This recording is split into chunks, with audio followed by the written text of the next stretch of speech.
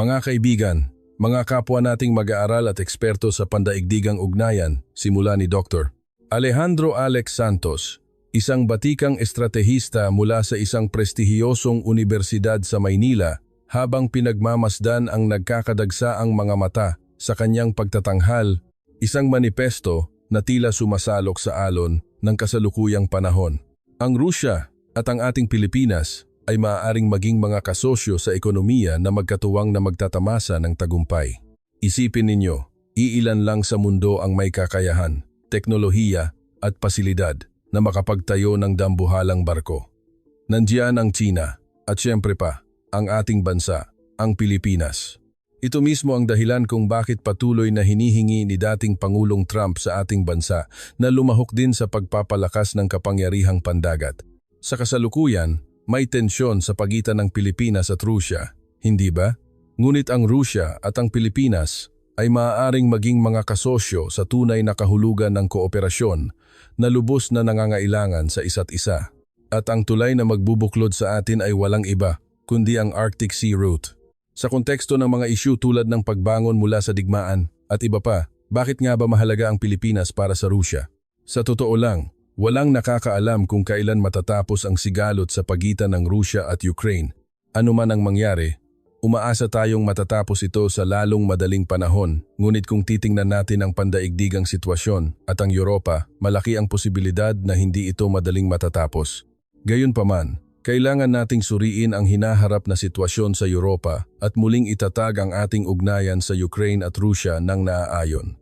Mayroong ilang mga salik na dapat isaalang-alang sa muling pagtatatag ng relasyon ng Pilipinas at Rusya. Ngunit bukod sa mga tradisyonal na pagsasaalang-alang na ito, isang bagong salik ang lumitaw kamakailan, ang Arctic Sea Route. Kung tama ang aking alaala, mga 5 taon na ang nakakaraan nang una kong marinig ang terminong Arctic Sea Route.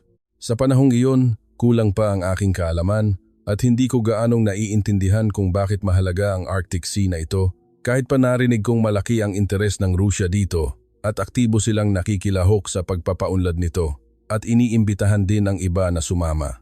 Naisip ko noon, bakit naman napakahalaga ng nagyayelong dagat na iyon? Ngunit ngayon, ganap na nagbago ang aking pananaw. Sa katunayan, pakiramdam ko, ang Arctic Sea Route ang pinakamahalagang elemento na magtatakda sa pandaigdigang sitwasyon, lalo na sa Eurasia, mula kalagitnaan hanggang huling bahagi ng ika-21 siglo. Pagtuunan natin ng pansin ang Arctic Sea Route. Kapag natapos na ang sigalot o papunta na sa pagtatapos, muling tataas ang interes sa Arctic at ang agad na mapapansin ay ang Estados Unidos. Bakit nga ba inanyayahan ng Estados Unidos si Pangulong Putin sa Alaska sa simula ng 2025 para sa isang summit? Malamang, ang pinakamahalagang agenda noon ay ang pagpapaunlad ng Arctic Sea Route. Mataas ang posibilidad na pinag-usapan nila kung paano iaayon ang interes ng Rusya at Estados Unidos doon. Ang madalas na pagbanggit ni Pangulong Trump sa Greenland at ang kanyang hayagang pahayag na dapat itong maging bahagi ng Amerika ay bahagi ng kanyang polisiyang nagbibigay diin sa Western Hemisphere. Ngunit kasabay nito, ito ay batay sa napakapraktikal na pagtatasa na hindi nila mapapalawak ang kanilang interes sa pagpapaunlad ng Arctic Sea Route kung hindi nila makukuha ang Greenland sa kamay ng Amerika. Kaya naman, sa pagtatakda ng ating hinaharap na relasyon sa Rusya, dapat nating bigyan ng malaking pagpapahalaga ang issue ng Arctic Sea Route. Sa kasalukuyan, nagpapakita rin ang kasalukuyang administrasyon sa Pilipinas, sa ilalim ni Pangulong Marcos, ng aktibong pakikilahok sa pagbubukas o pagpapaunlad ng Arctic Sea Route. Depende sa pag-usad ng bahaging ito, maaaring maging mas matatag ang relasyon ng Pilipinas at Rusya sa hinaharap at ito ang maaaring maging pinakapangunahing issue sa pag-usad sa direksyong iyon. Ang Arctic Sea Route, kung titingnan mula sa geograpikal at historikal na pananaw, ay natural na may malaking interes sa Rusya. Ngunit naniniwala rin ang Rusya na malinaw ang papel ng Pilipinas sa pagbubukas ng Arctic Sea Route at sa katunayan, totoo ito. Kaya naman, lihim na umaasa ang Rusya na makikilahok ang Pilipinas sa pagpapaunlad ng Arctic Sea Route. Kung makakausad tayo sa direksyong ito, hindi natin alam ang magiging bilis ng pag-unlad sa hinaharap, ngunit sa muling pagtatatag ng relasyon ng pamahalaan ng Pilipinas at Rusya, at pagbalik sa dati nitong antas. Ang pinakapangunahing issue at pinakamahalagang punto ay ang pagtatakda ng magkasanib na interes sa pagpapaunlad. Ano ang mga benepisyong pang-ekonomiya na maaaring makuha ng Pilipinas sa pamamagitan ng Rusya? Una, totoo na mas maliit pa rin ang ekonomiya ng Rusya kumpara sa Amerika, Tsina at Europa. Ngunit walang duda na may papel at kahalagahan ito bilang pamilihan ng export ng Pilipinas. Sa maraming pamilihan na nakikipag-ugnayan ng Pilipinas para sa export, ang Rusya ang isa sa pinakapalakaibigan sa Pilipinas. Walang dahilan upang tanggihan ang gayong pamilihan. Bagamat medyo maliit ang sukat nito, natural lamang na pagsikapan nating palakihin ang pinakapalakaibigan na pamilihan sa Pilipinas at mula sa pananaw na iyon, dapat nating palakasin ang ating relasyon sa Rusya. Bukod pa rito, kailangan natin ng malaking dami ng enerhiya. At hindi ba't ang Rusya ang isa sa mga bansa kung saan makakakuha ang Pilipinas ng pinakamahusay na kalidad at murang enerhiya? May ilang bagay na hinihingi ang Rusya mula sa Pilipinas. Ito ay ang pagtatayo ng Riles bilang joint venture.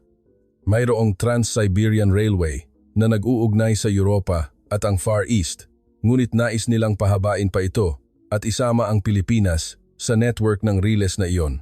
At isa pa, ang pinakamalaking kompetisyon ng Rusya ay pa rin ang natural liquefied gas, LNG, at mayroon silang layunin na pahabain ang pipeline at ibenta ang natural gas ng Rusya sa Pilipinas. Kung lubos nating gagamitin ito, makakakuha tayo ng tunay na murang mapagkukunan ng enerhiya. Walang dahilan upang tanggihan ito. Bago ang sigalot sa Ukraine at Rusya, maraming pagtatangka ang ginawa ng Pilipinas at narinig kong malaki ang dami ng natural liquefied gas ng Rusya na pumapasok dito, ngunit dahil sa sigalot na ito, naputol o lubos na nabawasan ang kalakalan. Hindi ba't dapat nating ibalik ito? Sa ganitong punto, kailangan ibalik ng Pilipinas ang Rusya bilang pamilihan. Bukod pa rito, para sa Pilipinas, na lubos na umaasa sa importasyon ng enerhiya, ang murang at dekalidad na enerhiya ay isang isyu ng buhay at kamatayan. Ang lubos na paggamit ng natural gas ng Rusya ang pinakamahusay na paraan upang mapataas ang ating pamantayan ng pamumuhay at mapataas ang ating kompetisyon. Kaya naman, ang Rusya at ang Pilipinas ay maaaring maging mga kasosyo sa ekonomiya na magkatuwang na magtatamasa ng tagumpay. Dahil sa kasalukuyang sitwasyong pampulitika at ang pagiging pabago-bago ng pandaigdigang ugnayan, totoo na pansamantalang natigil o lumayo ang relasyon. Ngunit para sa Pilipinas, upang mamuno mula kalagitnaan hanggang huling bahagi ng ika-21 siglo, nakikita ko na napakataas ng pangangailangan na patibayin ang relasyon sa Rusya. Sa katunayan, ganoon din ang pagtatasa ng ating mga politiko at eksperto sa Pilipinas. Bakit nga ba pinili ng Rusya ang Pilipinas bilang kasosyo sa pagpapaunlad ng Arctic Sea Route? May isa o dalawang salik na maaaring isaalang-alang. Una, ang Arctic Sea Route ay sa huli ay mayroong tinatawag na terminus, hindi ba? Ang silangang terminus ng Arctic Sea Route ay magiging bahagi ng dagat ng Pilipinas. Natural, ito ay ang Maynila, Subic, Cebu, Davao at ang mga kalapit na rehiyon. Hindi lamang sa geographical na pananaw, kundi dahil bubuo ng isang dambuhalang bagong ruta ng logistic, kailangan ng mga pasilidad ng daungan at sistema ng pagpapatakbo ng daungan na makakatanggap nito, at iilan lamang sa mga rehiyon ang mayroong ganoon. Ang Hilagang Korea ay hindi isinasaalang-alang dahil sa iba't ibang aspeto nito, habang ang Subic, Manila at Davao, pati na rin ang mga kalapit na rehiyon, ay maaaring maging malakas na opsyon. Ang Pilipinas ay maaari ring maging isa sa mga opsyon, ngunit ang Pilipinas at Rusya ay kasalukuyang nasa isang relasyong may tensyon, hindi ba?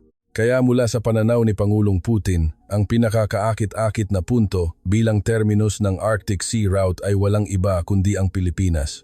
Ang geographical at teknikal na aspeto ay halos perpekto, at ito ay malaking atraksyon para kay Pangulong Putin. Isa pa, ang mga lugar na dati ay ganap na hindi madadaanan ay ngayon ay nagiging madadaanan na. Ang Arctic Sea Route at ang panahon kung kailan ligtas na makakadaan ang mga barko ay patuloy na lumalawak sa higit sa kalahati ng taon, ngunit totoo pa rin na kailangan ng isang tiyak na teknolohiya. Ito ay ang icebreaker.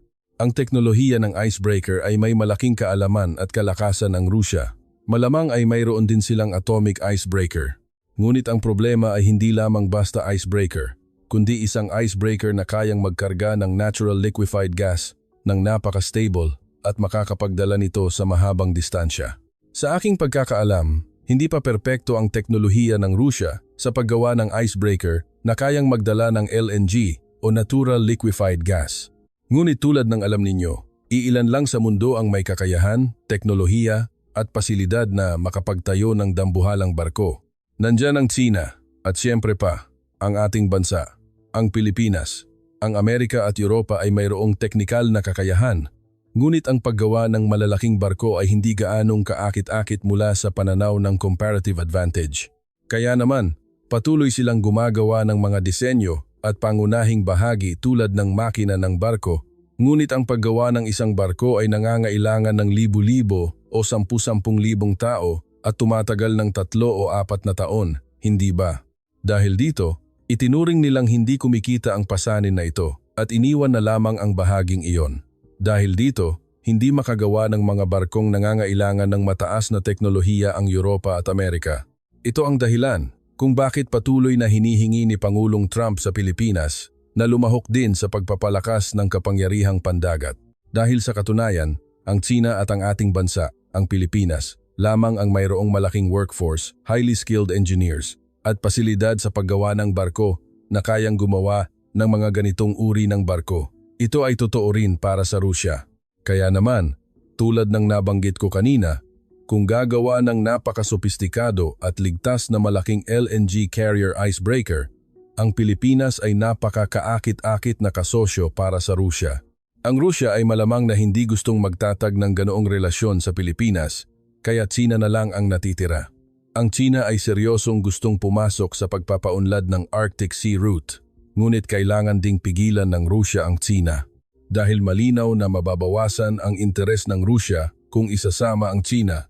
Ang Pilipinas, ang bansang hindi kasing delikado ng Tsina, hindi kasing laki ng hinihingi ng Tsina at kayang gawin ang barkong gusto ng Rusya, kaya naman gusto nilang maging kasosyo ang Pilipinas. Mula sa ganitong pananaw, ang Pilipinas bilang isa sa mga terminus ng Arctic at bilang bansang may kakayahang gumawa ng napakasophistikadong malalaking barko na magdadala ng logistic ay isang kasosyo na hindi maaaring palampasin ng Rusya. Kung bibigyan pansin natin ang mga aspetong ito at gagawin itong batayan ng pagpapabuti ng relasyon sa kalagitnaan hanggang huling bahagi ng ika-21 siglo, ang Rusya at ang Pilipinas ay maaaring maging tunay na matibay at lubos na nangangailangan ng isa't isa na kasosyo. Ang tulay na magbubuklod sa atin ay walang iba kundi ang Arctic Sea Route at iyon ang aking pagtatasa. At natural lamang na ganoon din ang iniisip ng maraming eksperto sa Arctic Sea Route. Ano ang tiyak na dahilan kung bakit tinalikuran ni Putin ang Western Europe sa kabila ng pag-asa sa kanilang suporta? Sa totoo lang, si Putin ay umupo sa kapangyarihan noong 2000, hindi ba? At sa simula ng kanyang termino, sinikap niyang panatilihin ang isang medyo magandang relasyon. Ang pinakapangunahing halimbawa nito ay ang pagpapakita ng Rusya ng hangaring sumali sa European Union EU at kung papayagan, pati na rin sa NATO upang maging matatag na bahagi ng Europa. Sa katunayan, ang nauna kay Pangulong Putin, si Pangulong Yeltsin, ay gumawa din ng katulad na pagtatangka at ganoon din ang posisyon ni Putin sa simula ng kanyang termino, ngunit ito ay sa huli ay tinanggihan. Ang mga nakakaalala lamang sa matinding pagtutunggali ng kanluran at Rusya sa kasalukuyang sigalot sa Ukraine at Rusya ay minsan ay sinisisi ang Rusya na sinasabing ito ay isang panggulo sa Europa at laging matindi ang pakikipagtunggali sa kanluran, ngunit hindi ba't mas maganda para sa Rusya at sa Europa kung maging bahagi na lamang sila ng kanlurang mundo at matatapos na ang mga sigalot sa Europa. Ngunit maraming beses nang sinubukan ng Rusya ang ganoong pagtatangka. Tinanggihan si Yeltsin minsan at muling tinanggihan si Putin ng mas masakit. Kaya, para kay Putin, malaki ang naging sugat sa kanyang pagpapahalaga sa sarili. Natural, nalungkot din siya. Simula noon, nagkaroon siya ng malalim na pagdududa kung makakasama pa ba ang kanluran at Rusya sa iisang landas. Ang kanlurang mga bansa, sa kabila ng pagkabigo at galit ni Putin at Rusya, ay hindi man lang sinikap na aliwin sila. At sa halip ay tila pinagtatawanan pa ang Rusya na nagtatampo at naiinis. At sa huli, pinagtibay ni Putin ang kanyang posisyon. Ang panahong ito ay humigit kumulang 2005, 2006, 2007.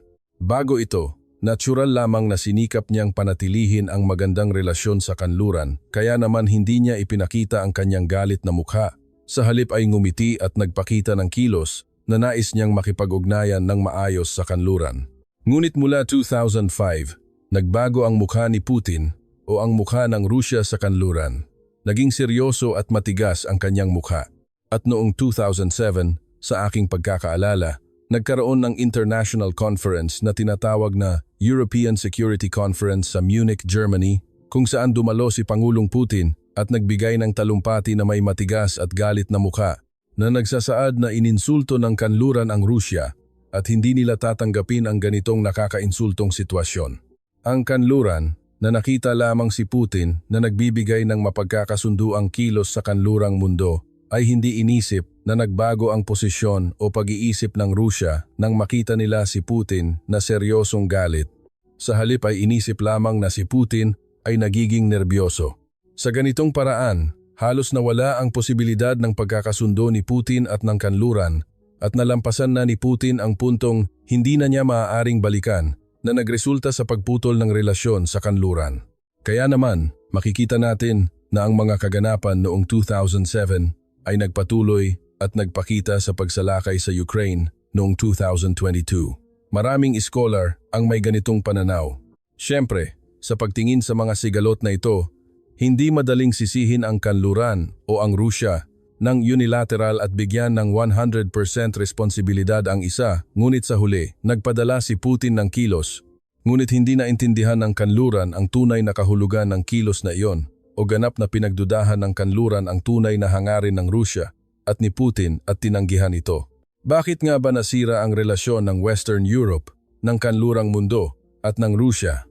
Muli, ikumpara natin si Pangulong Putin at Pangulong Yeltsin. Si Pangulong Yeltsin ay umupo sa kapangyarihan noong 1990s at namuno sa loob ng 10 taon, ngunit sa panahong ito, halos naubos ang pambansang lakas ng Rusya, kaya sa katunayan, si Yeltsin ay hindi makakalaban sa kanlurang mundo, gaano man siya insultuhin.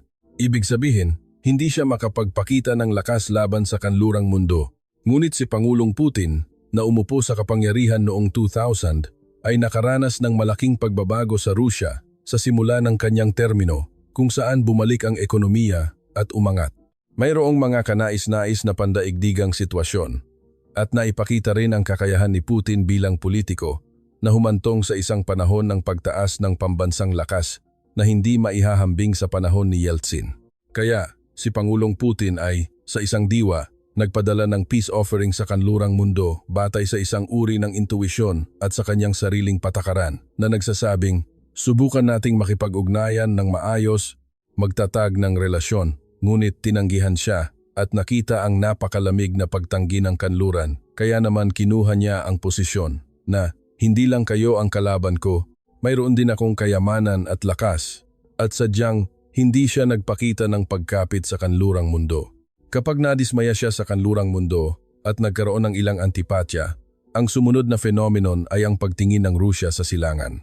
Sa halip na kumapit sa Europa at Amerika, tumingin siya sa silangan at lalong pinatatag ang relasyon sa Tsina na tradisyonal na kaibigan at sa mabilis na lumalagong India at sa East Asia, nagbigay ng mas maraming atensyon sa mga bansang iyon, pinatibay ang relasyon at sinikap na matamo ang mga benepisyo na hinahabol niya sa kanluran sa silangan.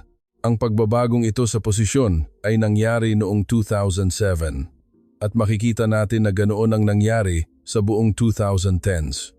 Isa pa, may isang politiko sa kanluran na nagkaroon ng hangaring panatilihin ang magandang relasyon sa Rusya at pinataas ang interes ng kanyang bansa sa pamamagitan ng gayong patakaran at ito ay si Chancellor Merkel ng Alemanya. Kaya sa panahon ng panunungkulan ni Chancellor Merkel, pinanatili niya ang magandang relasyon kay Pangulong Putin at habang ang iba pang mga pinuno ng bansa ay nagkaroon ng malaking pagdududa at hindi maganda ang pakikitungo kay Putin, ang relasyon ng Alemanya at Rusya ay maganda. Kaya si Chancellor Merkel at ang nauna sa kanya, si Chancellor Schroeder, ay sa katunayan ay nagsikap ng husto upang mapatibay ang magandang relasyon sa Rusya.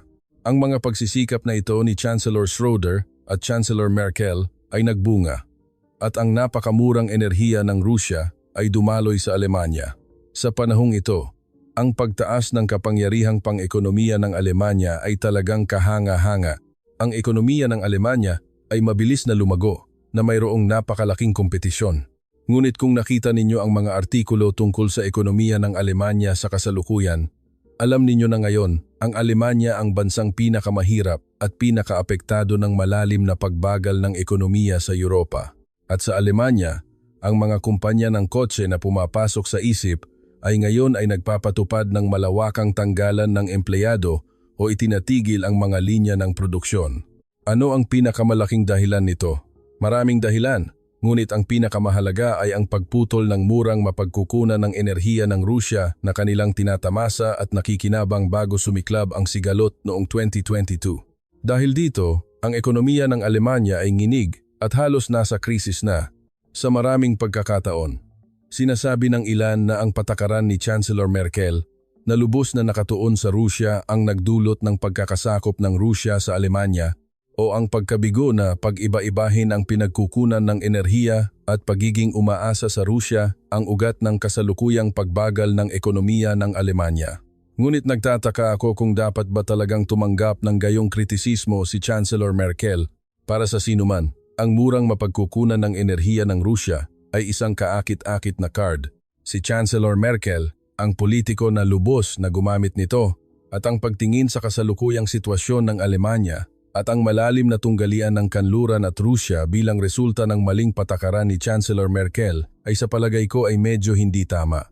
Marami akong nabanggit tungkol kay Chancellor Merkel dahil hindi ganap na nawala ang posibilidad ng pagkakasundo ng kanluran at Rusya at ang pagkakaroon ng win-win situation. Ito mismo ang relasyon ng Alemanya sa ilalim ni Chancellor Merkel at ng Rusya. Bagamat bukas ang gayong posibilidad, ang kanlurang mundo bilang isang kolektibo at hindi lamang ang Alemanya bilang isang bansa, ay sa katunayan ay lubos na pinagdudahan ng Rusya at hindi tinanggap ang tunay na hangarin nito kaya nagkaroon ng lamat at ngayon, higit pa sa lamat, ganap na itong nasira at sa palagay ko, sa loob ng halos kalahating siglo o isang siglo, maliban kung magkaroon ng malalim na pagbabago, nalampasan na ng kanluran at Rusya ang puntong hindi na sila makakabalik. Ganoon ang makikita natin. Sa komplikadong sitwasyong pandaigdig, ano ang mga pagkakataon at panganib para sa Pilipinas?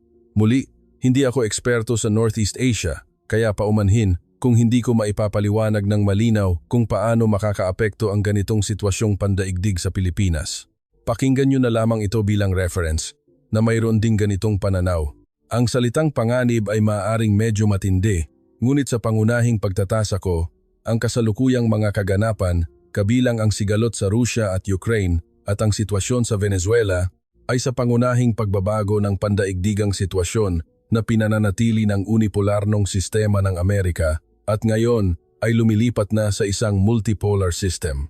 Kung mapananatili ang unipolarnong sistema ng Amerika o kung matibay ang hangarin ng Amerika na panatilihin ang unipolarnong sistema ng Amerika anuman ang mangyari sa isang diwa, mas kaunti ang panganib para sa Pilipinas. Dahil sa pagpapalakas at pagpapanatili ng alyansa sa Amerika, hindi magkakaroon ng problema kung susundin lamang ang patakaran na lubos na nakatuon sa Amerika. Ngunit kung ang Amerika ay sa katunayan ay tatalikuran ang hangarin na gamitin ang kapangyarihan ng Amerika sa buong mundo at makialam sa lahat ng sigalot at kumilos bilang hegemon sa lahat ng rehiyon at magpakita ng ganitong anyo lamang sa Western Hemisphere, at sa natitirang bahagi ng mundo ay tanggapin lamang ang malakas sa rehiyon o makipagkompromiso at makipag-ugnayan sa malakas sa rehiyon kung gayon tayo ay patungo sa isang multipolar system. At ang ganitong tendensya ay lubos na lumalakas. Ngunit sa ilalim ng ganitong sitwasyon, sa pagpunta sa isang multipolar system, ang rehiyon kung saan ang kawalang tatag at kawalan ng kakayahang hulaan ng dinamikong sistemang ito ay pinakamalaki ay walang iba kundi ang rehiyon ng East Asia. Kaya naman, ang pagkuha ng isang patakaran na lubos na nakatuon sa Amerika ay maaaring mas matatag at mas madali para sa ilan, Ngunit ang pagdami ng pagdududa kung totoo ba iyon ay isang hindi maikakaila na katotohanan. Ngayon, si Pangulong Trump ay nasa kanyang ikalawang termino at sa maraming pagkakataon, inaasahan na gagawin ng Amerika ang lahat ng makakaya nito upang pigilan ang Tsina at naniniwala rin ako na tama ang pagsusuring iyon. Ngunit ngayon, kung babalikan natin, hindi ito isang all-out confrontation sa Tsina. Sa halip ay isang estratehiya upang panatilihin ang kapangyarihan ng Amerika sa Northeast Asia sa pamamagitan ng ilang pakikipag-ugnayan at kompromiso sa Tsina, pagkilala sa kapangyarihan ng Tsina, at paghaharap sa loob ng pakikipag-ugnayan sa loob ng paghaharap. Sa madaling salita, hindi ito ang tradisyonal na patakaran ng alyansa ng Amerika. Kaya sa ilang pagkakataon, maaaring balewalain ni Pangulong Trump ang kahalagahan ng alyansa, lalo na sa rehiyon ng Northeast Asia, at sabihing ang pagkakaroon ng alyansa ay hindi gaanong nakakatulong sa Amerika at pasanin lamang at maaaring bigla na lamang iwanan ang alyansa.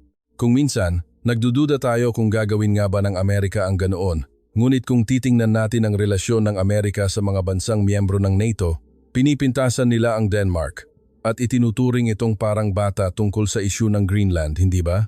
Ang Amerika, at dahil sa pagtrato nila sa Denmark ng ganoon, hayagang tumututol ngayon ang mga bansang miyembro ng NATO, lalo na ang UK, France at Germany. Kaya mayroon silang malaking pagtutunggali sa mga bansang miyembro ng NATO, ibig sabihin, sa mga kaalyado ng Amerika sa Western Europe. At bagamat hindi niya ito sinabi ng direkta, nagpakita si Pangulong Trump ng posisyon na bakit kailangan ng NATO, maaaring wala na lang NATO. Kaya, sa isang sandali, posibleng ganap na masira ang alyansa sa mga bansang tulad ng France, Germany at UK o kahit hindi masira, maaaring gawin itong halos formal na relasyon na sinasabing ang alyansa ay walang silbi. Mayroon bang garantiya na hindi mangyayari ang ganoong sitwasyon sa Northeast Asia? Ang pagkakaroon ng katatagan sa pamamagitan ng alyansa sa Amerika at ang paglalakbay patungo sa kaunlaran ay sa isang tiyak na antas ay isang napakatamang pagsusuri, ngunit walang anumang garantiya na ang pagsusuring ito ay mananatili sa hinaharap. Sa matinding pananalita, kung ang Amerika o sa mas tiyak na paraan, ang Administrasyong Trump ay magsasagawa ng pakikipag-ugnayan at kompromiso sa Tsina sa gitna ng paghaharap at kung magkaroon ng ilang pagsasaayos ng interes ng dalawang higante sa isang sandali, maaaring ituring nila ang Pilipinas bilang isang istorbo o iwanan ito o kung hindi man, maaaring magpakita sila ng napakalamig na saloobin na hindi sila interesado kung hindi magiging mas aktibo ang Pilipinas kaysa sa paggalang sa pambansang interes ng Pilipinas. Mula sa pananaw na iyon, sa ganitong mabilis na nagbabagong sitwasyong pandaigdig at ang sitwasyong nagiging multipolar, ang estratehiya at taktika na kung susundan lamang ang Amerika at lubos na kakampi sa Amerika, lahat ay malulutas, ay maaaring gumana hanggang sa simula ng ika-21 siglo, ngunit sa kalagitnaan hanggang huling bahagi ng ika-21 siglo, sa palagay ko, natapos na ang bisa nito. Hindi ito nangangahulugan na dapat nating sirain ang alyansa sa Amerika o ganap na muling itatag ang relasyon sa Amerika, ngunit dapat tayong laging maghanda ng Plan B o Plan C para sa gayong posibilidad at dapat nating tanggapin ang multipolar system at isaalang-alang ang isang bukas na sitwasyon upang matukoy kung paano natin mapapalaki ang pambansang interes ng Pilipinas at itatag ang ruta ng ating malaking barko ng Pilipinas. Sa kahulugang iyon, sa halip na sumunod sa nakasanayang ruta, may panganib na sa isang diwa, lumayo tayo sa ruta o lumabas tayo sa isang walang katapusang karagatan ng walang mapa, ngunit tulad ng lagi, walang garantiya na ang nakasanayang ruta ay magpapatuloy magpakailanman. Hindi ba't dapat nating harapin ang posibilidad ng laging pagharap sa mga bagong sitwasyon ng hindi gaanong natatakot? Ito ay isang napaka-prinsipyong pahayag, ngunit sa huli, natapos na ang unipolarnong sistema ng Amerika. Sa katunayan, hindi na gusto ng Amerika ang gayong sistema at ang mundo ay patungo sa isang multipolar system. Siyempre, hindi lahat ng bansa ay magiging superpower. Ngunit ang ilang mga bansa na karapat-dapat sa terminong great powers o superpowers noon ay mamumuno sa pandaigdigang sitwasyon. Dapat tayong maghanda para sa gayong posibilidad. Ito ang aking pananaw. At naniniwala ako na maraming tao ang sasang-ayon dito. Ipinangako ng Rusya na tutulungan nila ang Venezuela hanggang sa huli, ngunit bakit hindi nila natupad ang pangako sa kritikal na sandali? Sa totoo lang, ito ay bago ang pag-aresto kay Pangulong Maduro. Sinusuportahan ng Rusya ang Venezuela at ang dalawang bansa ay mayroong estratehikong partnership kung saan sinusuportahan nila ang isa't isa. Ngunit hindi nila ginamit ang pahayag na tutulungan hanggang sa huli. At ang tanong na hindi nila natupad ang pangako sa kritikal na sandali ay malamang na tumutukoy sa katotohanan na ang Syria sa gitnang silangan ay isang pangunahing kaalyado ng Rusya at ang pinakamalaking taga-suporta ng rehimeng Assad ng Syria ay ang Rusya, ngunit kamakailan ay bumagsak ang Syria at ngayon, sa Latin America, ang Venezuela ang bansang marahil ay pinakamalapit sa Rusya pagkatapos ng Cuba, ngunit ang Pangulo ng Venezuela ay inaresto ng Amerika sa gitna ng gabi at ang Rusya ay walang kapangyarihang magawa. Ano man ang mangyari, ang mahalaga ay nabigo ang Rusya sa Syria sa gitnang silangan at nabigo sa Venezuela sa South America. Sa pinakasimpleng paliwanag, ang Rusya ay 4 na taon nang nakikipaglaban sa Ukraine, kaya ang lahat ng atensyon ng pamahalaan ng Rusya ay nakatuon ngayon sa Ukraine at wala silang panahon upang mag-alala sa iba. Ang katotohanan na ang Rusya ay nakikipaglaban sa Ukraine at matagal nang nasayang ang pambansang lakas doon ang naging dahilan kung bakit hindi nila nagawang gamitin ang tiyak na impluensya sa Venezuela upang pigilan ang Amerika. Ang sitwasyong ito ang sa huli ay humantong sa pagbagsak ng rehimeng Maduro ng Venezuela. Ano kaya ang naisip ni Putin nang makita niyang inaresto si Maduro?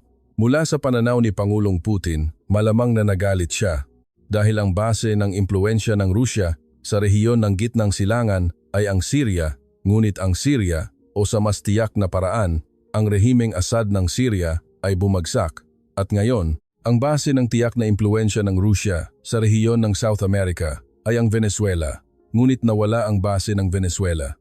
Kaya mayroong aspeto ng pagkasuklam at pagkagalit. Ngunit isa pa, kung titingnan mula sa mas malaking pananaw, may tinatawag na international community na madalas gamitin ng Rusya. Kung titingnan ang international community sa antas ng buong mundo, medyo lumalawak ito. Ngunit kung titingnan ng mas makitid, karaniwang tinatawag na international community ang Amerika at ang kanlurang mundo. Ngunit sa pagtingin sa makitid na kahulugan ng international community, ibig sabihin, ang kanluran at ang Amerika na nagpipilit sa Rusya sa loob ng 4 o 5 taon ay patuloy na bumabatikos sa Rusya na sinasabing ang pagsalakay sa isang soberanong bansa at pagbabago ng rehimen sa paglabag sa international law ay isang krimen. Ang kritisismo na ito ay may bisa sa ibang rehiyon maliban sa Amerika at kanluran, ngunit kung titingnan ang kasalukuyang sitwasyon sa Venezuela, nagiging tanong kung magagawa pa ba ng kanluran at Amerika na batikusin ang Rusya ng ganoon at posibleng bumaba ang tindi ng kritisismo o mawala ang mismong batayan nito. Ibig sabihin, ito ay isang sitwasyon na sa isang diwa ay pabor kay Pangulong Putin, kaya sa rehiyon ng South America, nabigo ang Rusya o nagdusa ng pagkalugi sa pagbagsak ng rehimeng Maduro, ngunit sa antas ng buong mundo, hindi naman ito ganap na masamang pakikitungo. Sa halip, sa mas kolokyal na salita, maaaring bumaba ang antas ng pagbatikos sa Rusya o naging mas malakas ang posisyon ng Rusya upang ipahayag ang sarili. Ang insidente ba ng pagpoprotekta sa tanker ay nagpapahiwatig na nagsisimula ng isipin ng mga kaalyado ng Rusya na mas masama na ang sumama sa Rusya kaysa sa maging ligtas. Oo, ang pagtingin dito bilang mas masama kaysa sa maging ligtas ay medyo matinding pahayag. Ano man ang mangyari, hindi gaanong marami ang kaalyado ng Rusya. Sa halip na kaalyado, mas angkop ang papel ng mga kaibigan o estratehikong kasosyo. Sa huli, sa pagkawala ng base ng Rusya sa rehiyon ng South America at ang pagbagsak ng isang rehimen ng walang kapangyarihan, muling suriin ng mga bansa ang kanilang pagtatasa sa Amerika at tiyak na lalakas ang pag-iisip sa tinatawag na mga bansa sa Africa, Latin America at Asia na walang puwersa na makapipigil sa Amerika kapag gumagamit ito ng matinding lakas at hindi magagawa ng Rusya ang papel na iyon. Ito ba ay nagpapakita ng limitasyon ng rehimeng Putin? Sa halip na limitasyon, kailangan itong tingnan mula sa dalawang direksyon. Sa antas ng buong mundo, naging mas mahirap para sa Rusya na iposisyon ang sarili bilang bansang kayang pigilan ang impluensya ng Amerika Ngunit tila gusto rin ito ni Pangulong Trump. Kung ang posisyon ni Biden hanggang sa administrasyon ni Biden ay ang paggamit ng kapangyarihan ng Amerika sa buong mundo, pakikialam sa mga sigalot na rehiyon, at pagprotekta sa pambansang interes ng Amerika, sa madaling salita, ituring ang buong mundo bilang sphere of influence ng Amerika at hindi payagan ang anumang naghahamon na puwersa. Kung gayon, si Pangulong Trump ay malinaw na lumihis mula doon na sinasabing hindi kayang gamitin ng Amerika ang kapangyarihan nito sa buong mundo o walang kita sa gayong mga lugar, kaya't itatag ang patakaran sa mga rehiyon lamang na tiyak na mapoprotektahan. At ito ay ang Western Hemisphere. Sa mas tiyak na paraan, makikita natin ito bilang North America at Latin America. Ngunit kung ang Amerika ay makikialam lamang dito, sa ibang salita, sa ibang rehiyon, ibig sabihin sa Europa, Asia at Africa, posibleng hindi na magamit ang kapangyarihan ng Amerika tulad ng dati.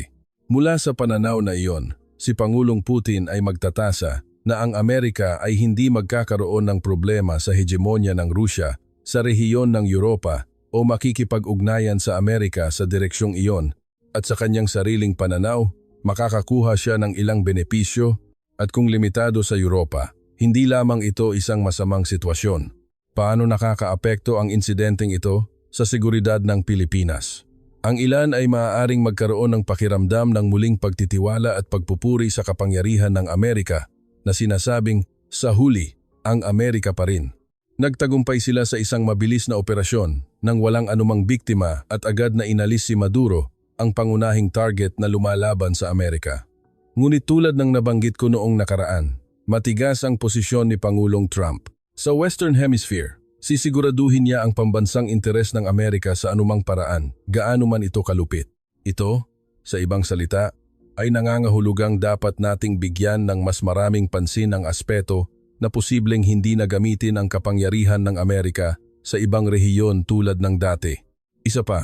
Isa pang aspeto ng mga naniniwala sa Amerika at sumasamba sa Amerika sa ating bansa ay ang pagdududa nila sa Tsina at ang pakiramdam ng distansya sa Tsina na sinasabing baka targetin ng Tsina ang Taiwan o baka sirain ng Tsina ang kaayusan sa Northeast Asia na itinatag ng Amerika. Kung nagtagumpay si Pangulong Trump sa gayong pagbabago ng rehimen sa Latin America, ang kanyang sariling sphere of influence, magtatasa din ang Tsina ng ganoon.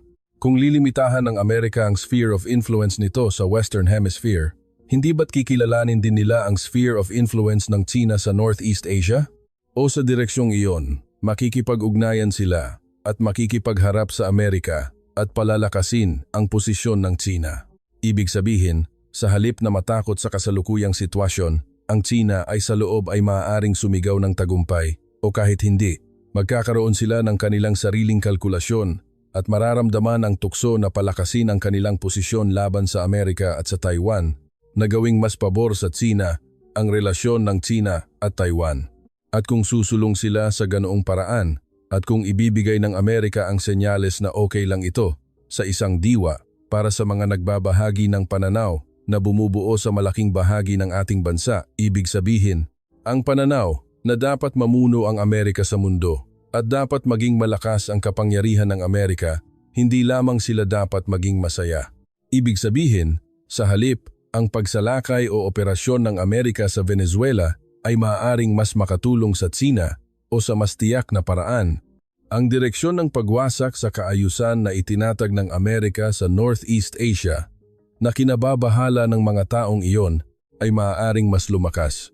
Ako mismo ay hindi nakikita ang relasyon sa Tsina na ganap na maging kalaban o magkaroon ng digmaan, ngunit ang kasalukuyang sitwasyon sa Venezuela ay hindi dapat magdulot ng kaligayahan o pagiging optimista sa mga naniniwala sa pananaw na target ng Tsina ang Taiwan. Kaya nag-aalala ako, sa halip ay dapat silang maging mas maingat at mas maramdaman ang pagkabalisa. Ano ang tunay na mensahe na nais iparating ng Amerika sa pamamagitan ng operasyon ng pag-aresto kay Maduro? Dahil ako ay isang historiador, hindi ko maiiwasang balikan ang mga kaganapan noon, ngunit sa isang diwa, maaaring makita ito bilang pagtalikod sa patakaran ng Amerika hanggang sa administrasyon ni Biden at isang ganap na kakaibang posisyon na kinuha ni Trump, isang maverick na presidente na lumihis mula sa mainstream ng Amerika at gumamit ng kapangyarihan ng hayagan, walang awa at hindi iniisip ang tingin ng international community at naabot ang kanyang layunin.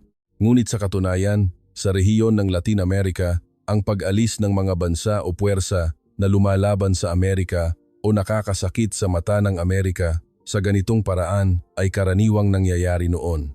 Noong ika-19 na siglo, lumabas na ang Monroe Doctrine at sa panahon ni Pangulong Monroe kung saan mas malakas ang Europa at medyo mahina pa ang Amerika, ang patakaran ay ang paghiling na huwag makialam ang Europa sa Amerika at hindi rin tayo manghihimasok sa Europa at kilalanin ang pagpapalawak ng sphere of influence ng Amerika sa Latin America, iyan ang Monroe Doctrine.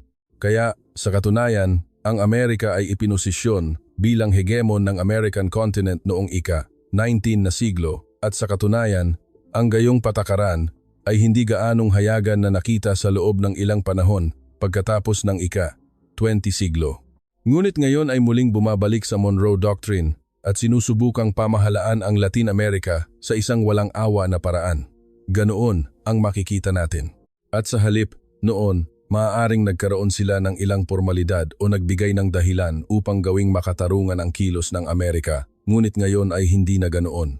Nang sumiklab ang Gulf War sa huling bahagi ng ika-20 siglo, sinalakay at sinakop ng Amerika ang Iraq, at ang patuloy nilang ipinahayag ay ang Iraq ay mayroong mass destruction weapons, at ang mass destruction weapons na iyon ay maaaring magdulot ng malaking pinsala, kaya't kailangan nating makialam sa pamamagitan ng puwersa upang malutas ito. Isang pandaigdigang dahilan ang ipinahayag, ngunit ngayon ay ganap na iba.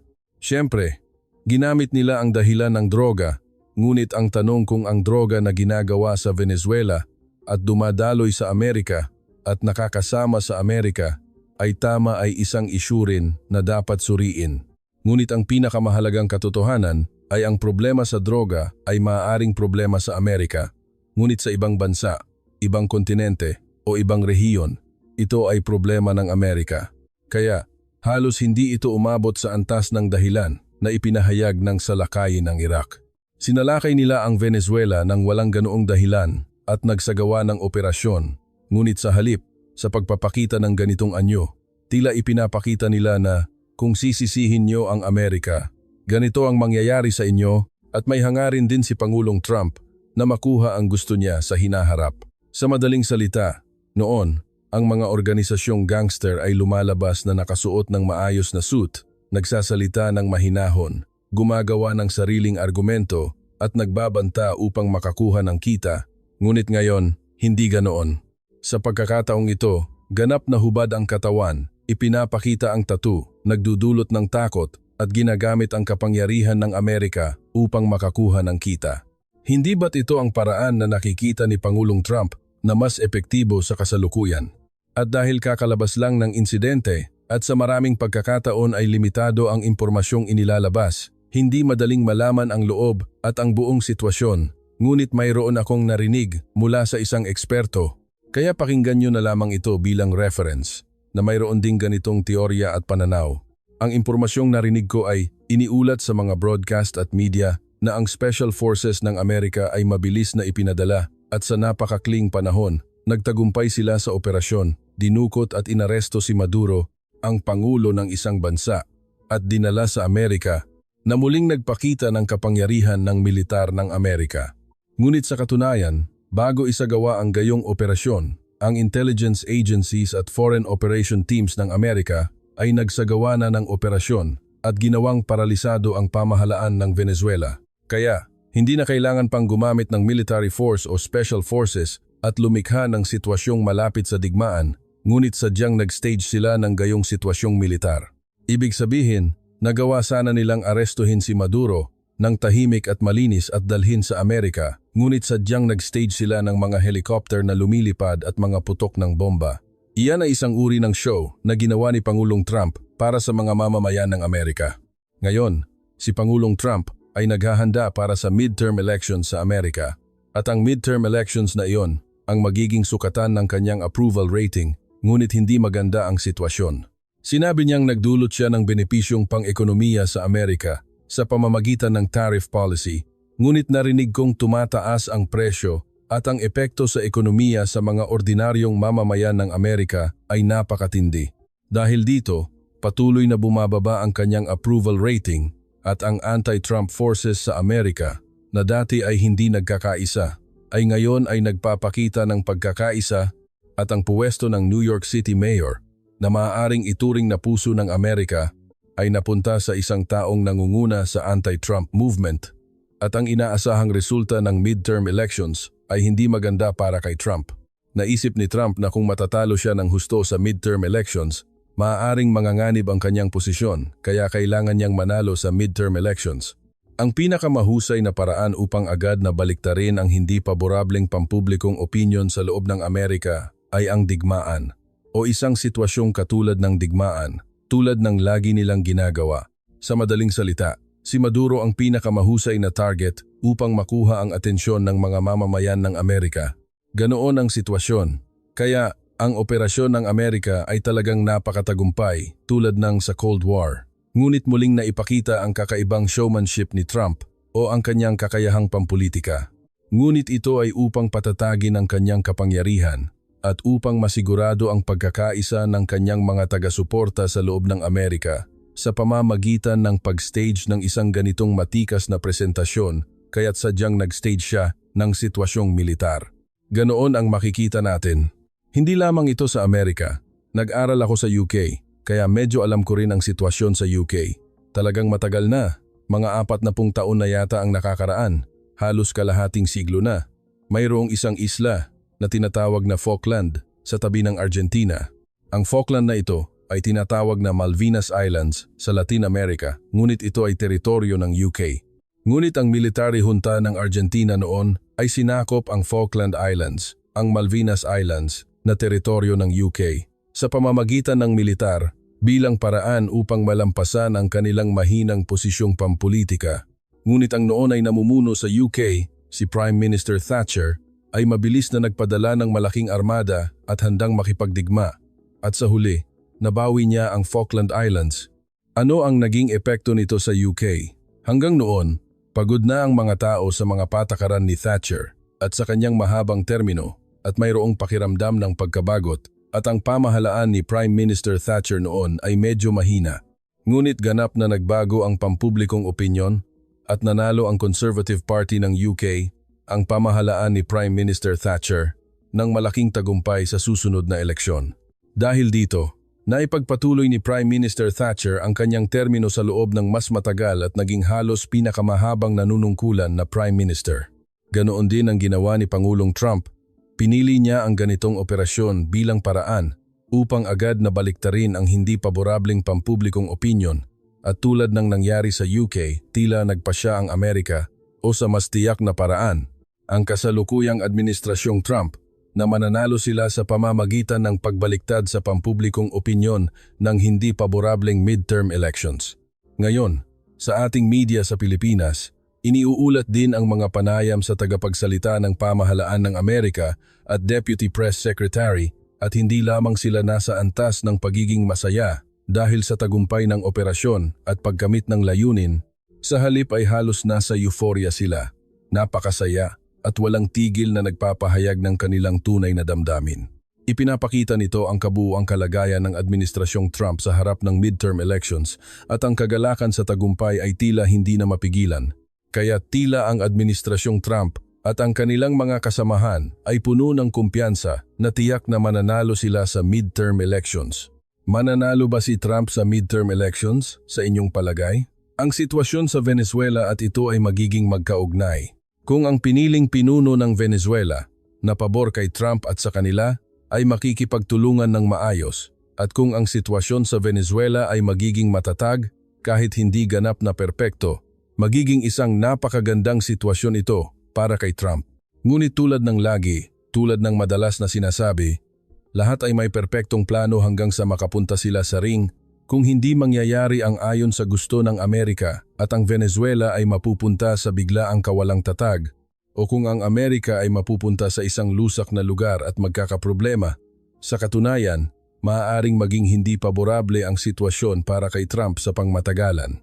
Kaya, ang direksyon ng sitwasyon sa Amerika ay depende sa internal na sitwasyon ng Venezuela sa hinaharap at kung anong direksyon ang tatahakin ng susunod na pamahalaan ng Venezuela. Maaaring magkaroon si Trump ng napakagandang sitwasyon o maaaring sundan niya ang halimbawa ng mga nagkamali na pumasok sa mga sigalot na rehiyon sa mundo at nalugmok sa pagbagsak. Malalaman natin kung paano ito magpapatuloy. Ano ba talaga ang Donbas at bakit hindi ito isusuko ng Rusya at Ukraine? Sa totoo lang, mula pa noong ako ay high school student at nag-aaral ng World Geography, ginagamit na ang terminong Donbas. Kung titingnan ninyo ang mga lumang mapa ng heograpiya, makikita ninyo ang terminong iyon. Kung isasalin sa Filipino ng mas tumpak, ito ay magiging Donetsk. Ano ito? Ang Donetsk, sa malawak na pananaw, ay isang probinsya sa silangang Ukraine. Mayroong probinsya ng Donetsk at sa hilaga nito ay ang probinsya ng Luhansk. At ngayon, ito ay teritoryo na ng Rusya. Ngunit ang teritoryo ng Rusya ay nakadikit sa rehiyong iyon. Kaya, sa mas tumpak na paraan, kung hindi ko lang matandaan ang pangalan ng probinsya ng Rusya, ang Donetsk Oblast ng Ukraine, ang Luhansk Oblast, at ang isang probinsya ng Rusya na nakadikit sa dalawang probinsyang ito ay tinatawag na Donbas. Tila ito ay isang uri ng basin. Ngunit hindi iyon ang mahalaga. Sa lugar na iyon ay mayroong napakalaking dami ng karbon at yamang mineral na lubhang nakakonsentra. Kaya ang rehiyong ito ay isang pangunahing rehiyon ng Ukraine at Southern Russia. At dahil sa napakalakas na impluensya ng industriya sa rehiyong ito, kailangan lamang itong bigyan ng pansin. At ang pangalan ng Donbas ay malawak na kilala na nababanggit ng paulit-ulit sa mga aklat ng heograpiya. Kung magkukuwento tayo ng kaunting kasaysayan, noong 1930s, ang noon ay namumuno sa Soviet Union, si Stalin, ay matinding ipinapatupad ang patakaran ng industrialisasyon sa buong Soviet Union. At sa loob ng 5 o 6 na taon, ginawa niyang ikatlong pinakamalaking industrial na bansa sa mundo ang Soviet Union pagkatapos ng Amerika at Alemanya. Sa panahong iyon, sunod-sunod siyang nagtayo ng mga dambuhalang pabrika. Ang mga hindi gaanong pamilyar sa relasyon ng Ukraine at Soviet Union o Ukraine at Rusya ay madalas na iniisip na ang Ukraine ay unilateral na inapi lamang ng Rusya o ng Soviet Union o ni Stalin, ngunit siyempre, mayroon ding gayong aspeto. Noong unang bahagi ng 1930s, nagkaroon ng malaking taggutom at walang duda na nagdusa ng malaking pinsala ang Ukraine noon. At walang duda na pinigilan din nila ang lahat ng puwersa ng kalayaan ng Ukraine. Ngunit sa kabilang banda, noong 1930s, ang Ukraine ay nagbago tungo sa isang napakalakas na industrial na bansa. Ito ay bahagi ng patakaran ng industrialisasyon ng Soviet Union, ngunit si Stalin, sa iba't ibang dahilan, ay nagkonsentra ng mas maraming pabrika sa Ukraine kaysa sa Rusya. Sa pangkalahatan, kung titingnan lamang ang aspeto ng industrialisasyon, ang pamunuan ng Soviet Union ay nagbigay ng hindi masukat na benepisyo sa Ukraine. At bilang resulta ng desisyon na iyon, ang Ukraine ay ganap na nagbago mula sa isang bansang agricultural tungo sa isang bansang industrial. Bakit nga ba si Stalin ay nagkonsentra ng mga pabrika sa Ukraine na iilan lamang ang itinayo sa Rusya? Maraming dahilan, ngunit ang pinakamalaking dahilan ay una, ang silangang rehiyon ng Ukraine ay napakayaman sa yamang mineral at mahusay bilang lokasyon ng industriya. Kaya, napakaraming pabrika ang itinayo doon at ang lugar na iyon ay ang Donbas. Maraming karbon at iron ore at kung pupunta ka sa kanluran, mayroon ding yamang agrikultural. Kaya madaling malutas ang problema sa pagkain ng mga manggagawa. Isa pa, kung titingnan ninyo ang mapa ng Ukraine ngayon, mayroong Dnieper River na dumadaloy sa gitna, hindi ba? Doon itinayo ang pinakamalaking hydroelectric power plant sa Europa noon. Kailangan ng malaking enerhiya sa pagtatayo ng pabrika at ang hydroelectric power plant sa Dnieper River ang nagsilbing matatag na pinagkukunan ng enerhiya. Ang pinakamalaking benepisyaryo ng patakaran ng industrialisasyon sa panahon ni Stalin ay ang Ukraine at ang gayong sitwasyon ay nagpatuloy hanggang sa kalayaan. Kaya maipapaliwanag natin na ang rehiyon ng Donbas ay natural na mahalaga sa buong Soviet Union at napakahalaga rin sa Ukraine at napakahalaga nito na ang mga estudyante sa buong mundo ay kabisado ang pangalan ng Donbas sa kanilang klase sa heograpiya upang makapaghanda sa pagsusulit. Mayroon bang dahilan ang Rusya upang hingin ang Donbas? Ayon sa napaka-prinsipyong internasyonal na batas, Anuman ang mangyari, ang Ukraine ay isang malayang soberanong bansa at ang katotohanan na sinalakay ng Rusya, isang kapitbahay na bansa, ang teritoryo nito, inokupa ang rehiyon at idineklara itong sariling teritoryo ay maaaring maging isang malaking problema. Kaya, sa halip na batayan, kung tatanungin kung bakit mahalaga ang rehiyon ng Donbas para sa Rusya, mayroong dalawang pangunahing dahilan. Una, ang rehiyon ng Donbas ay isang kayamanan ng mga likas na yaman. Ang pagkontrol dito ay magreresulta sa malaking benepisyong pang-ekonomiya. Iyan ay natural lamang. Isa pa, ang rehiyon ng Ukraine ay, bago maging isang malayang bansa, ay matagal nang nasa ilalim ng pamamahala ng Russian Empire. Kaya maraming Ruso ang naninirahan sa rehiyong iyon. Bukod pa rito, noong 1930s, nang ipinatupad ni Stalin ang patakaran ng industrialisasyon ng napakalakas dahil nagtatayo sila ng mga pabrika sa Ukraine na noon ay puro agrikultura lang at walang pasilidad pang industriya, natural na kailangan ng maraming engineer at factory workers. Ngunit dahil ang Ukraine ay isang bansang agrikultural lamang, walang industrial workers, factory workers o engineer, kaya't sunod-sunod silang nagtayo ng malalaking pabrika sa isang lugar na wala namang anumang kailangan. Ngunit kailangan ang mga manggagawa at engineer upang paandarin ang mga ito, hindi ba? Saan sila dinala? Mula sa Rusya. Dati nang maraming residente na Ruso sa rehiyon, ngunit noong 1930s, sa mabilis na pag-usad ng industrialisasyon, mas maraming industrial workers at engineer mula sa Rusya ang lumipat sa rehiyon upang maghanap ng bagong buhay. Mula sa pananaw ng mga Ruso, ang Ukraine ay isang lupaing tinitirhan ng kanilang mga tao, hindi ba? Sa geographical, malapit lang. Kaya, gaano man karami ang ating teknolohiya at lakas paggawa, hindi talaga madaling lumipat sa isang malayo at ganap na magkaibang lahi at kultura. Ngunit mula sa pananaw ng Rusya, ito ay katabing bansa lamang at ang ating mga pinsan na napakalapit na etniko, halos masasabing magkalahi. At dahil sa dami ng trabaho doon, napakaraming Ruso ang lumipat. Kaya, sa rehiyon ng Donbas, ang Ukrainian at Russian ay parehong opisyal na wika na may dalawang etniko na naghahalo-halo, minsan magkasundo, minsan may distansya, ngunit anuman ang mangyari, nanirahan sila bilang napakalapit na kapitbahay. Ngunit noong 1991, naging malaya ang Ukraine.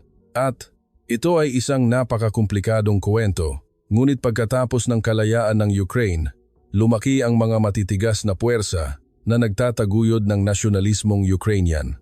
Dahil dito, ang mga taong nais panatilihin ang kanilang Russian identity at ang mga mayroong pundasyon ng buhay doon ay napilitang makipagtunggali sa mga matitigas na nasyonalistang Ukrainian at ang pamahalaan ng Ukraine ay nagpatupad ng pro-Western policy at anti-Russian policy sa halip na pro-Russian policy at sinasabing bakit may mga puwersa na hindi sumasang-ayon sa atin sa kabila ng katotohanan na ang mga Ukrainian ay dapat na ang nasa itaas at ang mainstream sa Ukraine at nagpatupad ng isang uri ng patakaran ng diskriminasyon laban sa mga residenteng Ruso sa Donbas o sa mas matinding salita, panunupil, at sumiklab ang digmaang sibil. Sa mga matitigas na nasyonalistang Ukrainian, mayroong mga ekstremistang puwersa na nagsagawa ng terorismo laban sa mga residenteng Ruso sa rehiyon ng Donbas na sinasabing hindi sila sumusunod sa pamahalaan ng Ukraine at nagdulot ng malaking pinsala sa ari-arian at maging sa buhay ng tao. Napakaseryoso ng sitwasyon. Ang nakatuon sa sitwasyong ito ay si Pangulong Putin. Mula sa pananaw ni Pangulong Putin, gusto niya ang Donbas bilang paraan upang mapataas ang pambansang interes ng Rusya bilang patakaran ng Estado, ngunit bilang pinuno ng Eastern Slavs at bilang pinuno ng etnikong Ruso, hindi niya maaaring panoorin lamang ang kanyang mga kalahi na Ruso na naninirahan sa kabila ng hangganan ng ibang bansa na inapi ng hindi makatarungan, tinatrato bilang ikalawang uring mamamayan at nakakaranas ng malawakang torture at terorismo na nagreresulta sa pagkamatay ng libo-libo o daan-daang tao. Sinikap ni Pangulong Putin, kasama ang mga pinuno ng Europa at ang Pangulo ng Ukraine, na lutasin ang gayong sitwasyon sa pamamagitan ng negosasyon. Ngunit sa huli, nabigo ang negosasyon. Kung sino ang may mas malaking responsibilidad ay isang isyu pa rin na dapat suriin, ngunit anuman ang mangyari, ang tunggalian sa pagitan ng mga nasyonalistang Ukrainian at ng mga residenteng Ukrainian na may lahing Ruso na nakakonsentra sa Donbas. At sa ilang pagkakataon, ang sitwasyong digmaang sibil ay hindi nalutas sa mapayapang paraan. Kaya si Pangulong Putin ay marahil ay bahagi ng kanyang worldview o marahil ay isang dahilan na mas madaling ipahayag sa madaling salita. Nagpasya siya na ang tanging paraan upang ganap na protektahan ang mga residenteng Ruso sa rehiyon ng Donbas na nanganganib ang buhay at nakakaranas ng malaking pinsala ay ang digmaan. Ang paggawa nito na teritoryo ng Rusya ay ang pangunahing solusyon sa problema. Kaya muli, mula sa pananaw ni Pangulong Putin, sinikap niyang lutasin ang problema sa mapayapang paraan, ngunit dahil sa pagtataksil ng kanlurang puwersa at sa kanilang estratehiya, hindi na ito gumana. Nagpasya siyang ang pangunahing paraan ay ang gawing teritoryo ng Rusya ang rehiyon upang maprotektahan ang kaligtasan ng mga residenteng Ruso sa rehiyon sa pinakamatatag na paraan. Sa ganitong dahilan, o sa pagpapatuloy ng worldview ni Pangulong Putin, pinili niya ang digmaang ito. Sa pagtatapos ng sigalot sa Ukraine, aling bansa ang sa huli ay makakakuha ng Donbas? Oo, sa kasalukuyang sitwasyon, natural lamang na ang Rusya. Ang katotohanan na ito ay pag-aari ng Rusya ay, anuman ang pahayag ni Putin o ng Rusya sa moral na batayan, ay sa pamamagitan ng okupasyon ng militar. At upang maging pabor sa Ukraine ang sitwasyong ito, kailangan ng napakalakas na puwersa ng Ukraine, ngunit hindi ganoon. At kahit ganoon, ang tanging taga-suporta ng Ukraine kung muling sasakupin nila ang Donbas ay ang Amerika. Ngunit si Pangulong Trump ay namumuno na at ang Amerika ay ganap na nais na umalis. Ang mga bansang kasapi ng European Union o NATO na kinakatawan ng UK, France at Germany ay papalit sa Amerika at tutulungan ang Ukraine upang makabalik ang Donbas? Hindi rin ito masyadong realistiko. Kaya, ang rehiyon ng Donbas, kung titingnan sa kasalukuyang kalagayan at trend, ay maaaring maging bahagi ng Rusya. Bagamat hindi ito kikilalanin ng Amerika at Western Europe, ang aktual na nagkokontrol at nagmamay-ari nito ay ang Rusya. Ito ang katotohanan. Isa pa, kung magdaragdag tayo ng kaunting detalye, sa simula pa lang ng pagtatatag ng relasyon sa Ukraine, ang pinakamahalagang layunin ng Rusya, lalo na ni Pangulong Putin, ay ang neutral na estado ng Ukraine. Kung makakamit ang layunin ng neutral na estado, balak niyang ibalik ang rehiyon ng Donbas na inokupa noong 2022 at 2023 sa pamahalaan ng Ukraine at makamit ang neutral na estado ng buong Ukraine na pinakamahalaga para kay Pangulong Putin. Kaya, noong Abril, Mayo, Hunyo 2022, sa mga negosasyon sa Turkey, halos natapos na ang negosasyon na kung ipapangako ng pamahalaan ng Ukraine na titiyakin ang kaligtasan ng mga residenteng Ruso sa rehiyon ng Donbas, itatanggal ang patakaran ng diskriminasyon at palalawakin ang otonomiya ng rehiyon ng Donbas, aalisin ang mga tropang Ruso sa mga inokupang lugar. Ngunit kung nangyari iyon, maaaring natapos na ang digmaan noong 2022.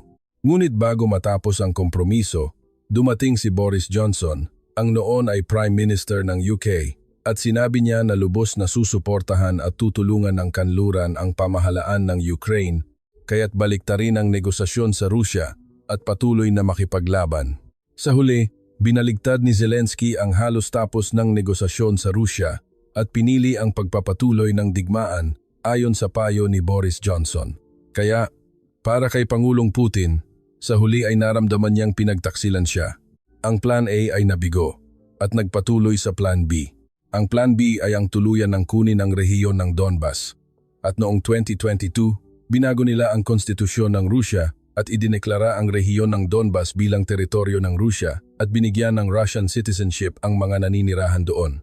Kaya, tulad ng nabanggit ko kanina, hanggang sa simula ng digmaan noong 2022, ginamit ni Pangulong Putin ang rehiyon ng Donbas bilang card upang makamit ang layunin ng Rusya. Ngunit ngayon, hindi na ito sitwasyon na maaaring gamitin bilang card. Dahil sa konstitusyon ng Rusya, ang Donbas ay naging teritoryo na ng Rusya at binigyan nila ng Russian citizenship ang mga tao doon. Kung babalik si Pangulong Putin sa Plan A ng 2022 at sasabihin na kung ipapangako ng Ukraine ang neutral na estado, ibabalik niya ang teritoryo, magiging presidente si Pangulong Putin na lumalabag sa konstitusyon. Kung mangyari iyon, hindi niya mapapanatili ang kanyang posisyon, kaya hindi na niya ito maibabalik. Isa pa, Sa realistiko at napakarealistikong pananaw, ito rin ay isang trahedya ng digmaan, ngunit kung sadyang ibabalik ni Pangulong Putin ang Donbas sa Ukraine o kung mapilitan siyang ibalik ito sa pamamagitan ng militar, na maliit ang posibilidad, anuman ang mangyari, kung muling sasakupin at pamamahalaan ng pamahalaan ng Ukraine ang rehiyong iyon, ano kaya ang gagawin nila doon? Sususpetsahin nila ang mga nakipagtulungan sa Rusya o sa katunayan, hindi nila hahayaan ang mga taong gumawa ng gayong kilos at magsasagawa sila ng matinding paghihiganti. Mayroong posibilidad na magsasagawa sila ng nakakatakot na paghihiganti. Isa pa, ang pamahalaan ng Ukraine ay susubukan na pigilin ang matinding panunupil, ngunit ang mga nasyonalistang Ukrainian na naging ekstremista ay nakatikim na ng dugo at puno ng galit sa Rusya at magsasagawa ng matinding terorismo laban sa sinumang bahagyang nakipagtulungan sa Rusya. Kung mangyari iyon, maaaring magkaroon ng nakakatakot na pagpapadanak ng dugo tulad sa Afrika at Gitnang Silangan. Kung isa sa alang-alang ang mga puntong ito, nalampasan na ni Pangulong Putin ang puntong hindi na niya maaaring balikan. Ang rehiyong iyon ay naging lupaing na puno na ng dugo at sa gayong sitwasyon, ang pagbabalik ng Donbas ay ang muling pag-ulit ng pinakamasama kaya't hindi na magagamit ni Pangulong Putin ang Donbas bilang card sa kasalukuyang sitwasyon. Siyempre, may responsibilidad si Putin sa paglikha ng gayong sitwasyon sa pagpili ng digmaan, ngunit ang pagtatanong sa kung sino ang responsable ngayon ay hindi na isang fundamental na solusyon sa problema at kung iisipin lamang ang katotohanan, sa halip, ang pagiging teritoryo muli ng Ukraine ay magpapalala pa ng problema at magpapakomplikado pa sa trahedya. Paano ninyo nakikita ang pag-usad ng sigalot sa Rusya at Ukraine sa 2026? Mahirap hulaan ang digmaan. At mahirap din hulaan kung aling direksyon ang tatahakin ng digmaang iyon. Siyempre, napakahirap hulaan kung kailan matatapos ang digmaang ito at kung paano ito matatapos, ngunit kung titingnan lamang ang kasalukuyang trend, pabor ang posisyon ng Rusya. Ang Ukraine ay talagang lumaban ng husto sa simula at hindi maikakaila na nagtagal sila kumpara sa laki ng kalaban, ngunit sa huli, hindi nila nalampasan ang laki ng kalaban at nasa matinding krisis na. Kaya, kailangan ang tiyak na tulong mula sa labas, ngunit ang pinakamalaking taga-suporta, ang Amerika, ay sa katunayan ay hindi lamang umaatras ng isang paa kundi dalawang paa na. Kung gayon, ang mga bansang sinasabing kasama ng Amerika ay ang UK, France at Germany. Ngunit ang lakas militar ng tatlong bansang ito ay walang kalaban-laban kumpara sa Amerika. At ang tatlong bansang ito ay nasa napakahirap na sitwasyon ngayon. Masama rin ang ekonomiya at ang mga kasalukuyang namumuno, si Pangulong Macron, Prime Minister Starmer at Chancellor Merz ay nasa sitwasyon na hindi alam kung kailan sila mawawala sa pwesto. Sa kahulugang iyon, nagdududa ako kung ang tatlong bansang ito ay tunay na makakatulong sa Ukraine. Sa kasalukuyang balita, narinig kong kung hindi susuportahan ng Amerika ang Ukraine, papalitan ng UK, France at Germany ang papel na iyon at magpapadala ng ground forces sa Ukraine sa anyo ng peacekeeping forces. Pagkatapos nilang magkasundo, masayang nagkamay sina Chancellor Merz, Prime Minister Starmer at Pangulong Macron at nagtapos ng kasunduan. Ngunit napaka-interesante ang pahayag na ginamit nila. Ginamit nila ang pahayag na intention to negotiate on the deployment of peacekeeping forces. Hindi kasunduan, kundi intention to negotiate. Ito ay isang napakababang antas ng sitwasyon. Nagdududa ako kung ang UK, France at Germany ay may matatag na hangarin na protektahan ang Ukraine sa pamamagitan ng pagsasakripisyo ng sarili. Ang labanan ay pabor sa Rusya at ang Ukraine ay nasa disadvantage. Ang malaking taga-suporta na makakatulong sa Ukraine ay ganap na umaatras o sa halip, nagpapakita pa nga ng hangarin na makipagkompromiso sa Rusya at makipagtulungan sa likod ng mga eksena upang ibigay ang Ukraine sa Rusya. Ang puwersa na makakapagpalit sa Amerika ay sa huli ay ang UK, France at Germany, ngunit ang UK, France at Germany ay nasa krisis na rin sa kanilang sariling bansa na hindi nakakagulat at tila wala na silang lakas. Kung mangyari ito, sa huli, ang digmaan ay matatapos ayon sa layunin ni Putin. Ngunit kung gaano katagal ang prosesong iyon at kung ganap na matutupad ang hangarin ni Putin o kung mapupunta sa isa pang lusak, ay isang issue pa rin na dapat nating bantayan. Sa pangkalahatang sitwasyon, tila matutupad ang hangarin ni Putin Ngunit hindi natin masasabi kung matatapos ito ng maayos at malinis. Ito ang katotohanan at dapat nating tandaan ito habang sinusuri ang sitwasyon sa Europa at sa Eurasia at sa pagtatakda ng ruta ng Pilipinas sa pandaigdigang sitwasyon na isinasaalang-alang ang iba't ibang salik. Ano ang kasalukuyang sitwasyon ng ekonomiya ng ordinaryong mamamayan sa Rusya? Kung babalikan natin ang nakaraang 4 na taon, nang salakayin ni Pangulong Putin ang Ukraine noong Pebrero 2022, hindi umusad ang labanan ayon sa inaasahan.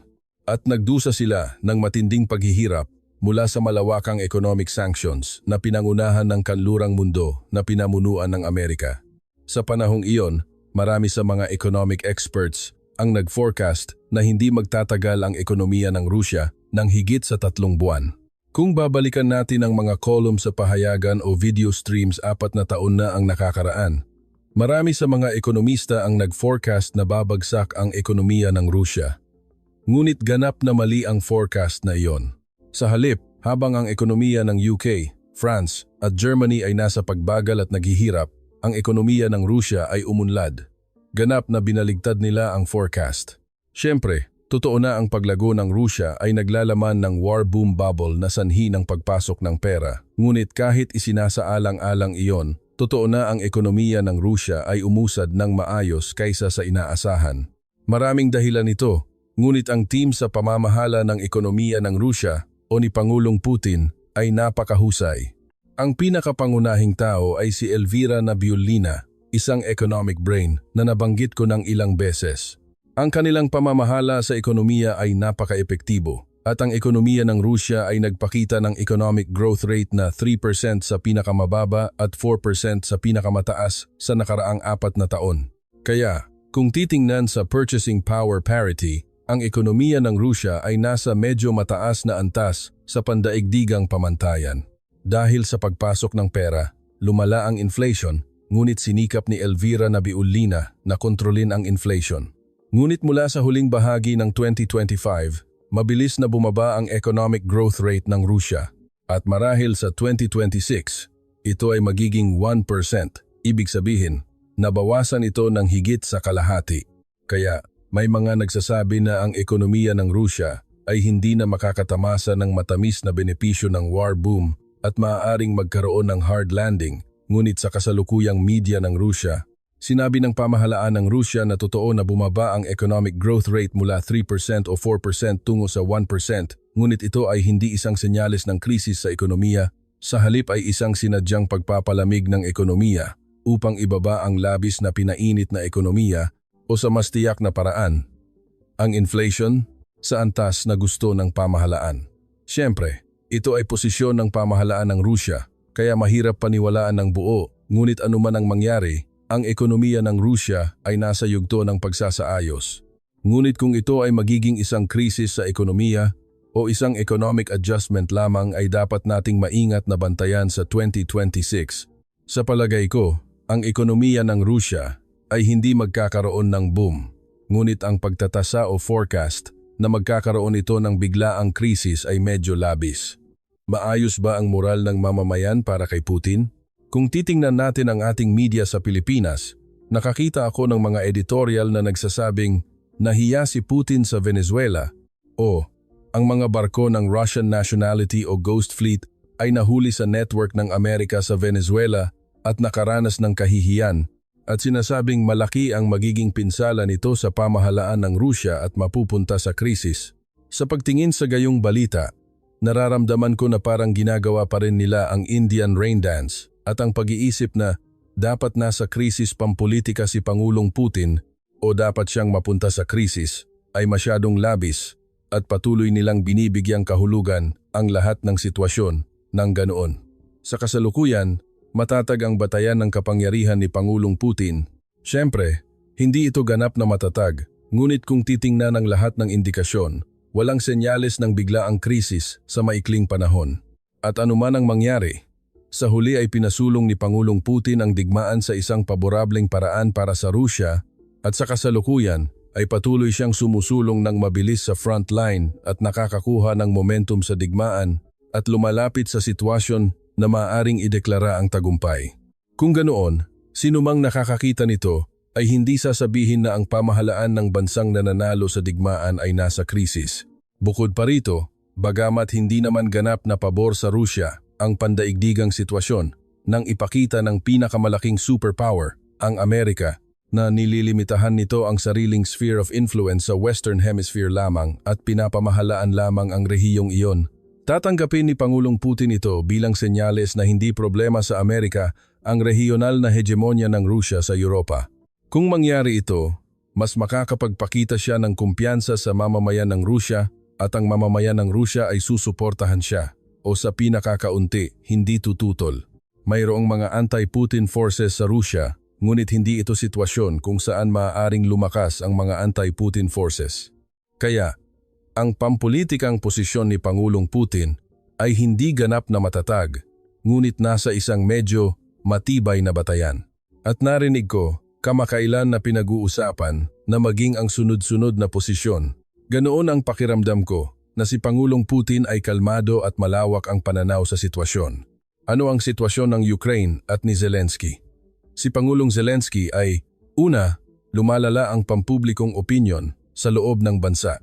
Kaya, totoo na hindi na niya tinatamasa ang dating popularidad at nasa napakababang antas na ngayon. Ngunit sa mga mamamayan ng Ukraine, ang mga may malakas na boses ay nagsasabing, anuman ang mangyari, nasa digmaan tayo ngayon. At sa gitna ng tunggalian sa Rusya, hindi tayo maaring magpalit ng kabayo habang tumatawid sa ilog. Kahit may hindi ako gusto kay Zelensky, dapat natin siyang suportahan. Ngunit isa pa, ang tiyak na bagay ay kung tatanungin, kung may hangarin silang suportahan si Zelensky sa susunod na presidential election, ang kanyang approval rating ay bumababa ng husto.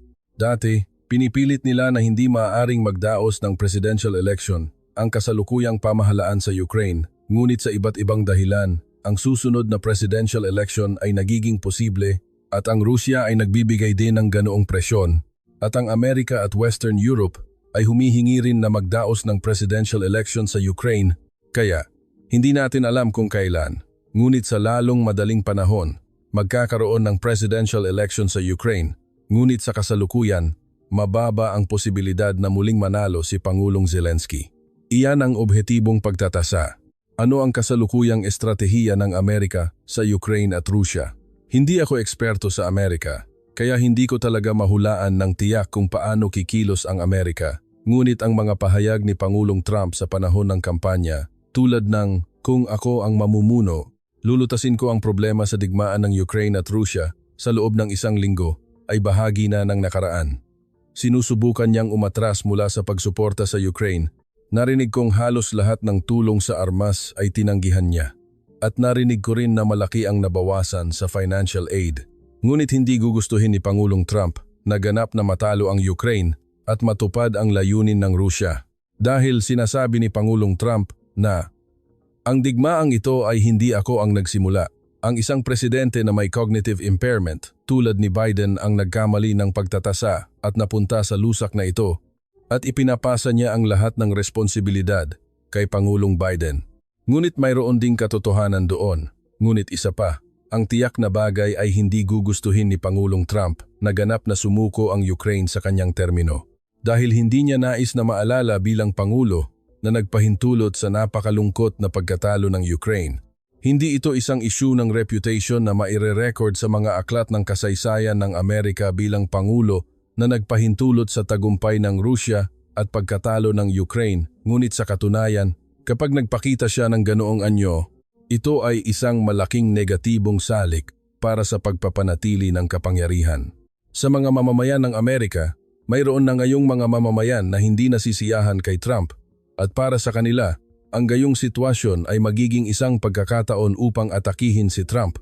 At isa pa, mula sa pananaw ng mga tradisyonal na taga-suporta ni Trump, ang MAGA, Make America Great Again, ayaw din nilang tapusin ang digmaan na kinasangkutan ng Amerika ng iresponsable at masama sa isang ganap na pagkatalo. Kaya, kung titingnan ang mga puntong ito, kahit limitado sa politika sa loob ng Amerika, sisiguraduhin ni Pangulong Trump na hindi niya bibigyan ng pagkakataon ang mga kalaban na atakehin siya at ayaw din niyang ipakita ang kanyang hindi magandang anyo sa kanyang mga taga-suporta. Kaya Pamamahalaan niya ito upang hindi maipakita ang isang ganap na tagumpay ng Rusya at isang trahedya na pagkatalo ng Ukraine. Anuman ang mangyari, ang Amerika ay natalo. Siyempre, hindi ito direktang pagkatalo, ngunit ang kasalukuyang pamahalaan ng Ukraine na lubos na inalagaan at sinuportahan ng Amerika ay ganap na bumagsak. Ang gayong sitwasyon ay susubukan nilang iwasan sa lahat ng paraan. At susubukan din nilang i-stage ang isang sitwasyon kung saan ang posisyon ng Amerika ay may tiyak na impluensya sa hinaharap na pamahalaan ng Ukraine. Isa pa, si Pangulong Trump ay sa huli ay negosyo, kaya susubukan niyang palakihin ang kita ng Amerika sa reconstruction projects pagkatapos ng digmaan sa Ukraine. Para doon, ang pamahalaan ng Ukraine ay hindi dapat maging isang pamahalaan na kalaban ng Amerika. Kaya, kung kailangan nilang magtatag ng isang pamahalaan sa Ukraine na susunod sa gusto ng Amerika, hindi sila makakakuha ng malaking kita sa Ukraine reconstruction projects. Kung susubukan nilang gawin iyon, kailangan nilang gumamit ng ilang estratehikong pag-atras. Sa puntong iyon, hindi niya gugustuhin na ipakita ang isang ganap na pagkatalo. Ganito ko nais na pagtasa ito. Ako ay si Dr. Alejandro Alex Santos, isang propesor sa Departamento ng Kasaysayan at Media mula sa isang universidad sa Pilipinas. Bilang isang historiador, sinuri ko ang mga sitwasyon ng nakaraan upang pagtasa ang kasalukuyang pandaigdigang sitwasyon at maingat na hinulaan ang hinaharap. Ngunit muli kong nararamdaman na pumasok tayo sa isang pandaigdigang sitwasyon na ganap na naiiba sa ika-20 siglo. At ang agos na iyon ay sa katunayan ay dumadaloy sa ilalim ng ibabaw mula pa sa simula ng ika-21 siglo. Sinasabi nilang mayroong ilog, hindi ba? Mayroong isang malakas na agos na dumadaloy sa ilalim, ngunit ngayon, hindi na ito sa antas ng malakas na agos na dumadaloy sa ilalim. Ganap na itong lumitaw sa ibabaw, at mayroong isang bagyo na humahampas sa ibabaw ng malaking karagatan na tinatawag na mundo. Ang isa sa mga sintomas ng bagyong iyon ay ang mabilis na operasyon ng Amerika sa Venezuela, ang pagsalakay at ang pagbabago ng rehimen.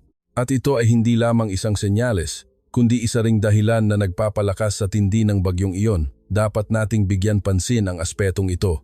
Ngayon, mayroong malaking pagbabago sa Latin America at ito ay isang uri ng tsunami.